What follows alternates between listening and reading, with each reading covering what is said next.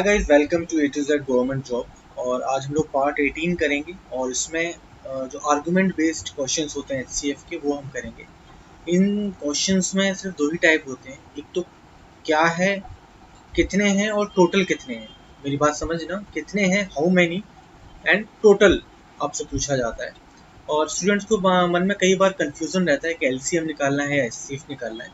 तो हम लोग देखते हैं, जो लोग चैनल पे नए हैं प्लीज़ हो जाकर सब्सक्राइब करें और पुरानी वीडियोस को एक बार ज़रूर देख लें ताकि उनका कंसेप्ट और बेटर हो सके। शुरू करते हैं। पहला क्वेश्चन है, a farmer has 945 cows and 2475 sheep. He farms them into flocks, keeping cows and sheep separate and having same number of animals in each flock. If these flocks are as large as possible, then the maximum number of animals in each flock and total number of flocks required for the purpose are respectively. एक किसान के पास 945 गाय तथा 2475 भेड़ें हैं। वह उन्हें झुंडों में इस तरह बांटता है कि प्रत्येक झुंड में बराबर पशु हों और गाय तथा भेड़ें अलग अलग हों। ये झुंड इतना बड़ा हो सकता है, उतना बड़ा हो। और तो एक झुंड में कितने पशु तथा झुंडों की संख्या कितनी है। देखो, इस तरह के क्वेश्चन में कंसेप्ट बड़ा क्लियर है। मैं आपको बता देता हूँ what we have to do. Actually करना क्या है इसमें, आप पहले थोड़ा इस क्वेश्चन को देख लीजिए कि अगर कोई एक झुंड है, ये है ओके, अगर उस पर्टिकुलर झुंड में सिर्फ ये काउज वाला है, गाँव जिसमें गाय हैं ओके, तो अगर इसमें ये बता रहा है 945 है और एक जो दूसरा है उसमें करीब करीब 2475 भेड़ें हैं। इसमें एचसीएफ का कंसेप्ट क्यों हम लोग यूज करने वाले हैं, इस पर हम लोग बात कर रहे हैं। रट्टा मारने से तो फिर ये क्वेश्चन सभी लोग सॉल्व कर लेंगे, तो क्वेश्चन पर इसमें नीड क्या है एचसीएफ की, वी विल डिस्कस। इसमें कहा जा रहा है 945 का है, तो आपने देखा यहाँ गाय कम है, भेड़ें ज़्यादा हैं। अब आपसे कहा जा रहा है कि झुंड ऐसा बनाने हैं जिसमें सेम नंबर्स की कितनी गाय होनी चाहिए और दोनों में, और सेम उस झुंड में सेम नंबर्स की भेड़ भी होनी चाहिए। मान लो अगर यहाँ में कोई एक झुंड, पहला झुंड मैं बनाता हूँ यहाँ, उसमें मैं अगर 50 रखता हूँ, 50 काव, 50 काउस इफ आई कीप, तो यहाँ मुझे 50 शिप भी रखनी पड़ेगी, ठीक है। और उसमें उसके बाद अगर मैं 50 की बनाता हूँ यहाँ एक झुंड को, उसके बाद इसमें कोई शिप बचनी नहीं चाहिए, काव बचनी नहीं चाहिए और इधर भी कोई शिप बचनी नहीं चाहिए। पर आप गौर करोगे, अगर मैं 50 का एक एग्जांपल जो मैंने लिया था उस हिसाब से बनाता हूँ, तो यहाँ देखो 900 तो डिवाइड होगा, है ना, 945 ये जो है काव बच जाएंगी, तो 50 तो हो नहीं सकता कि किसी एक झुंड में 50 रखी जाए। सिमिलरली अगर मैं यहाँ भी 50 रखता हूँ तो 2475 है, तो 2450 इतनी तो शिप आ जाएंगी, पर बाद में फिर 25 शिप यहाँ भी बचेंगी। सही है कि नहीं। तो क्या वो नंबर होना चाहिए, क्या झुंड में कितनी काव, और इस झुंड में उसी एक और झुंड जब शिप का बनाया जाएगा तो उसमें कितनी शिप रखनी है हमें, ये हमको डिसाइड करना है। और फिर बाद में देखेंगे टोटल नंबर ऑफ उनके जो झुंड बनने वाले हैं वो टोटल कितने बनेंगे। तो इसमें कंसेप्ट तो आप लोग जान ही गए होंगे। हम ऐसे सिचुएशन कभी भी आती, जब भी कब आएगी, तो आपको what you have to do, आपको एचसीएफ ही फाइंड करना है। एचसीएफ ही वो नंबर होता है जो कि उस पर्टिकुलर संख्या को एक तो डिवाइड भी करेगा, है ना, और अगर इन दोनों का हम एचसीएफ निकालेंगे तो जो भी नंबर आएगा वो उसको परफेक्ट डिवाइड भी करेगा, पहली बात, रिमाइंडर नहीं बचेगा, यहाँ भी वो डिवाइड करेगा, और दोनों में कॉमन भी होगा और हाईएस्ट भी हो सकता है, इसलिए एचसीएफ निकाला जाता है। नाउ 945, और अगर if I take HCF of 945 और 2475 का, तो यहाँ नंबर्स बहुत बड़े हैं, तो मेरे पास एक ही ऑप्शन है। अगर मुझे एचसीएफ फाइंड करना है तो मैं दोनों को माइनस करूँगा। अगर मैं दोनों को माइनस करता हूँ तो ये आएगा 2475, और 945 को अगर हम माइनस करते हैं तो करीब करीब ये आएगा आपका नियर अराउंड 1530 आएगा। अब 1530 को आपको फैक्टर करने पड़ेंगे, जो कि डिसाइड करेगा कि इसका एचसीएफ क्या है। तो 1530 को अगर फैक्टर करोगे तो एक तो आपके सामने, हम इसको अगर डिवाइड करेंगे तो आपके सामने बनता है 153 इंटू 10, पहला फैक्टर, फर्स्ट फैक्टर ऑफ 1530। तो यहाँ आपने देखा मैं अगर 153 लेता हूँ तो क्या 153 945 को डिवाइड करता है, ये हमको चेक करना पड़ेगा, ठीक है। और उसके बाद फिर हम लोग चेक करेंगे 153 2475 को डिवाइड करता है, अगर करता है तो यही हमारा आंसर होगा, और अगर ये नहीं करता है तो फिर हम लोग 153 का फैक्टर करेंगे, और 10 को हम लोग नहीं ले सकते क्योंकि 10 डिवाइड नहीं करता दोनों को। लेट्स सी, हम अगर 153 से चेक करेंगे, 153 को अगर हम लोग सब पहले 945 से देखेंगे तो आप ये देख लीजिए ये जाएगा कि नहीं, एक बार आपको ट्राई करना पड़ेगा। 945 153, ठीक है। तो रफली इसको आप 15 मानिए, इधर 90 समझिए, तो 6 टाइम ट्राई कर सकते हैं, देखते हैं 6 टाइम जाता है कि नहीं। 153 को 6 से करेंगे, 6 3 18, 1 6 5 30 31, 3 6 6 7 8 9 918, 918 जाता है, लेकिन उसके बाद रिमाइंडर बच रहा है, इट मीन्स ये अपना ऑप्शन नहीं है।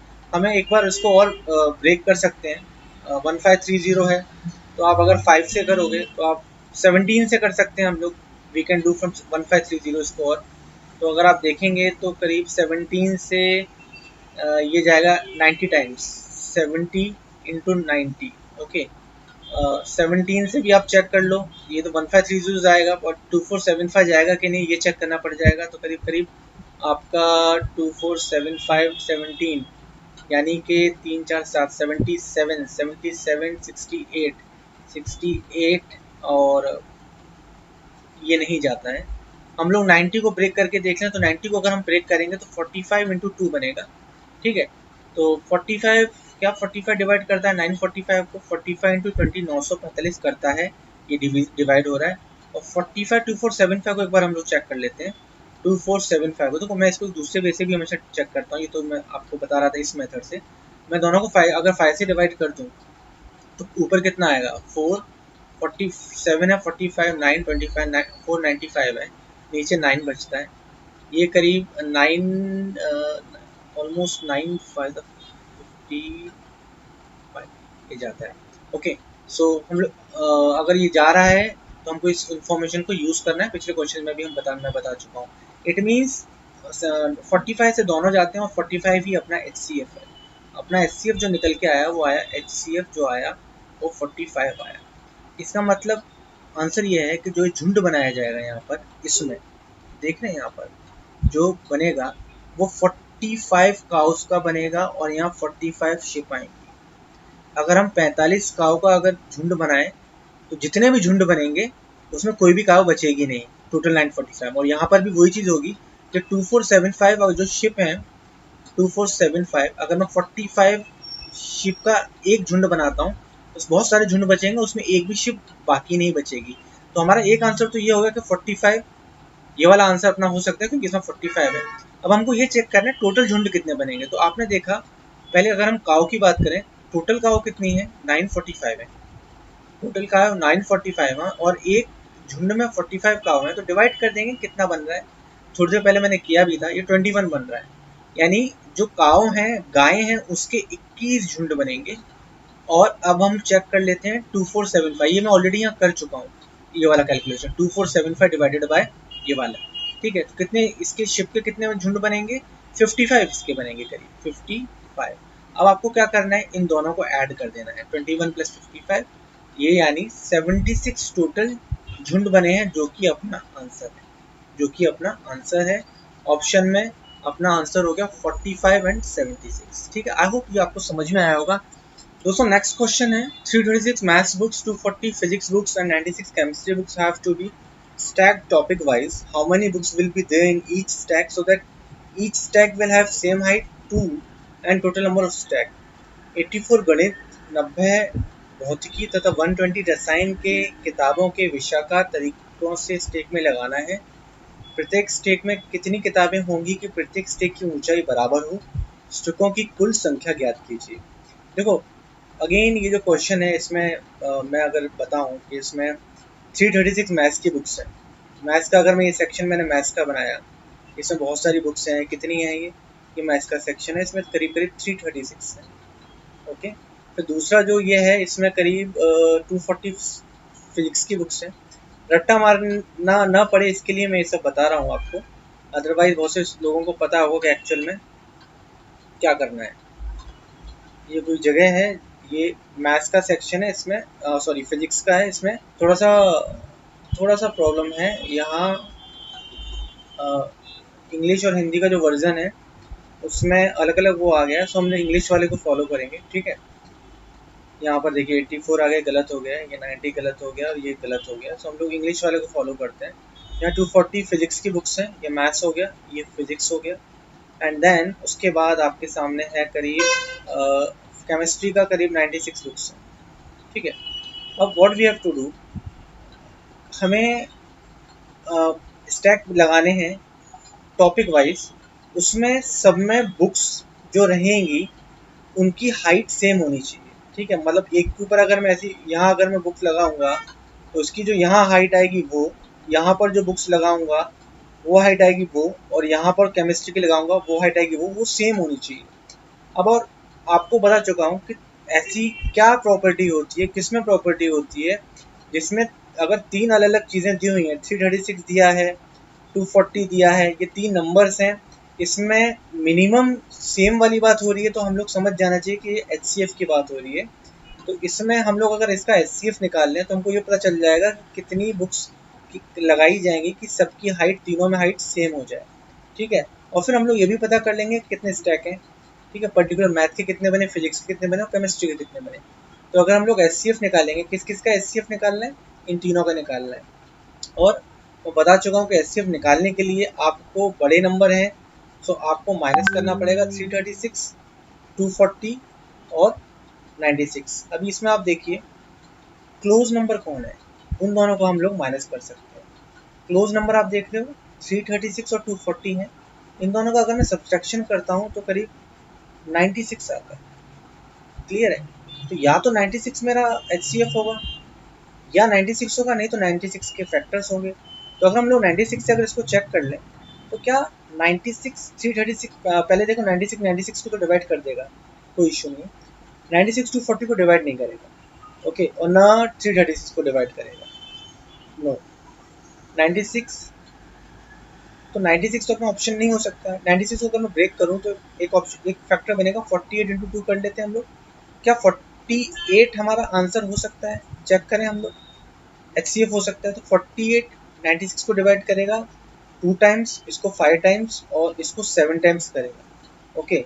इसको कितनी टाइम्स करेगा, 7 टाइम्स करेगा, इसको करेगा 5 टाइम्स, उसको 2 टाइम्स करेगा। इट मीन्स 48 HCF है, यानी एक स्टैक में 48 किताबें हम लोग रख सकते हैं। कितनी, यहाँ 48 रख सकते हैं, 48 48, और ऐसा रखेंगे तो एक भी किताब बाकी नहीं बचेगी, यहाँ भी नहीं बचेगी, यहाँ भी नहीं बचेगी और यहाँ भी नहीं बचेगी। तो अगर टोटल, तो अभी हम लोगों का एक आंसर तो आगे को वो 48, लेकिन टोटल नंबर स्टैक अपने हमें बताना है।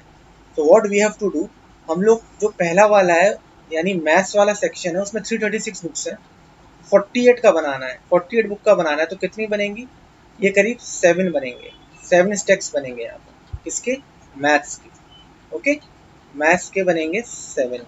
फिर हम लोग सेकंड अगर बात करें फिजिक्स की, तो उसमें हम लोग करेंगे 240 डिवाइडेड बाय 48, इसको हम करेंगे तो करीब करीब 5 आएंगे, फिजिक्स के आएंगे 5।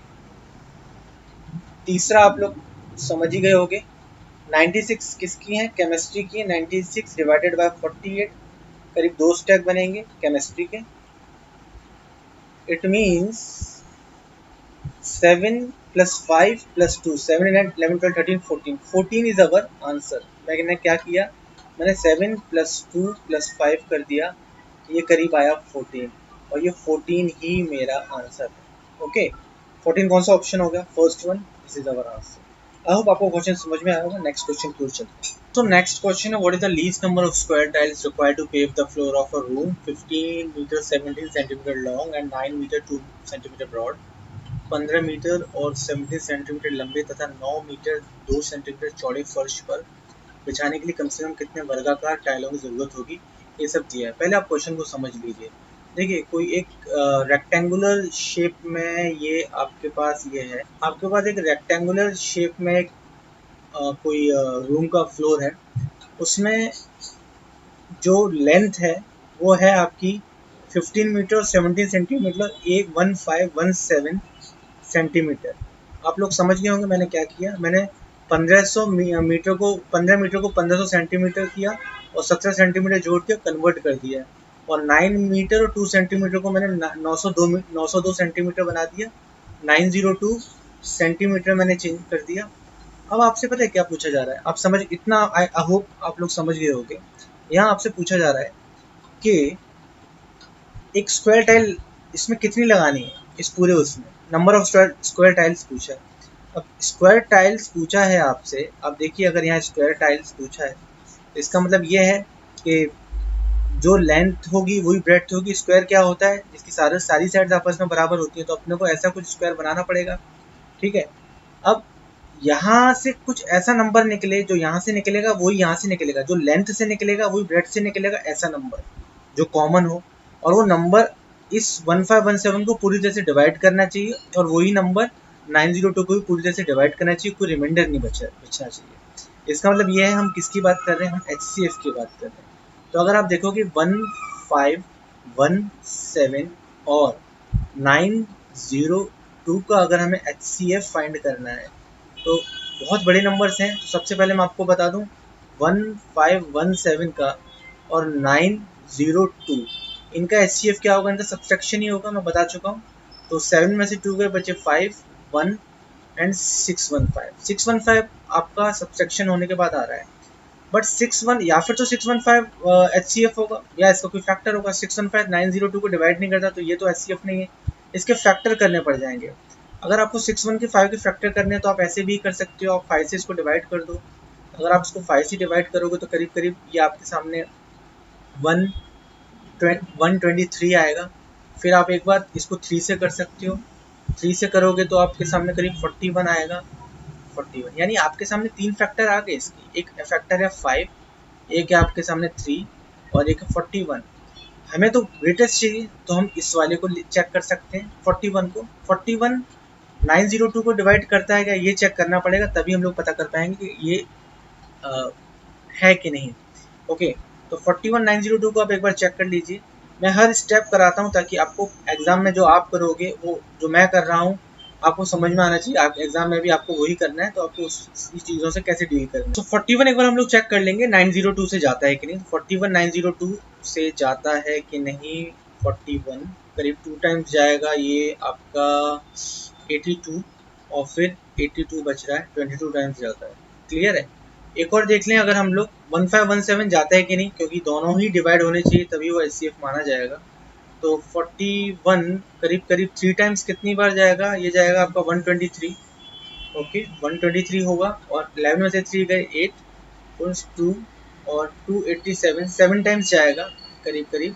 तो ये 287 है, नो रिमाइंडर, यानी ये डिवाइड कर रहा है कितनी टाइम्स, 37 और 22 टाइम्स। आपको अब ये बात समझ जाइए, ये टोटल एरिया है, इसका एरिया यहाँ पर है जो मैं लाइन ड्रॉ कर रहा हूँ।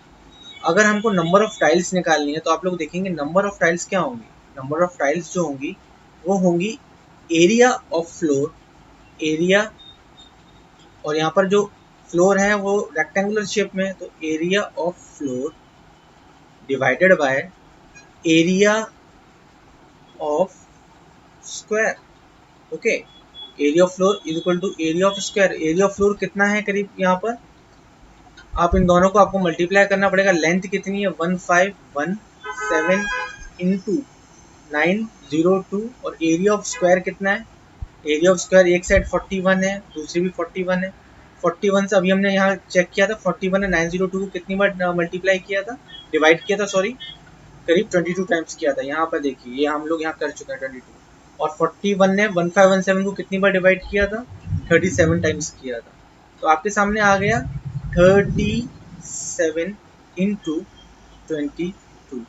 अब वही आपका ऑप्शन होगा जिसके आखिरी में 4 आ रहा हो, क्योंकि 2 7 का 14 होता है, तो यहाँ 814 बन रहा है, यही आपका आंसर है 814। आप इसको चेक कर लेना, बट मुझे पता है ये 814 ही है, तो यही आपका आंसर होगा। 814 टाइल्स होंगी टोटल जो इस फ्लोर पर बिछाई जा सकती है।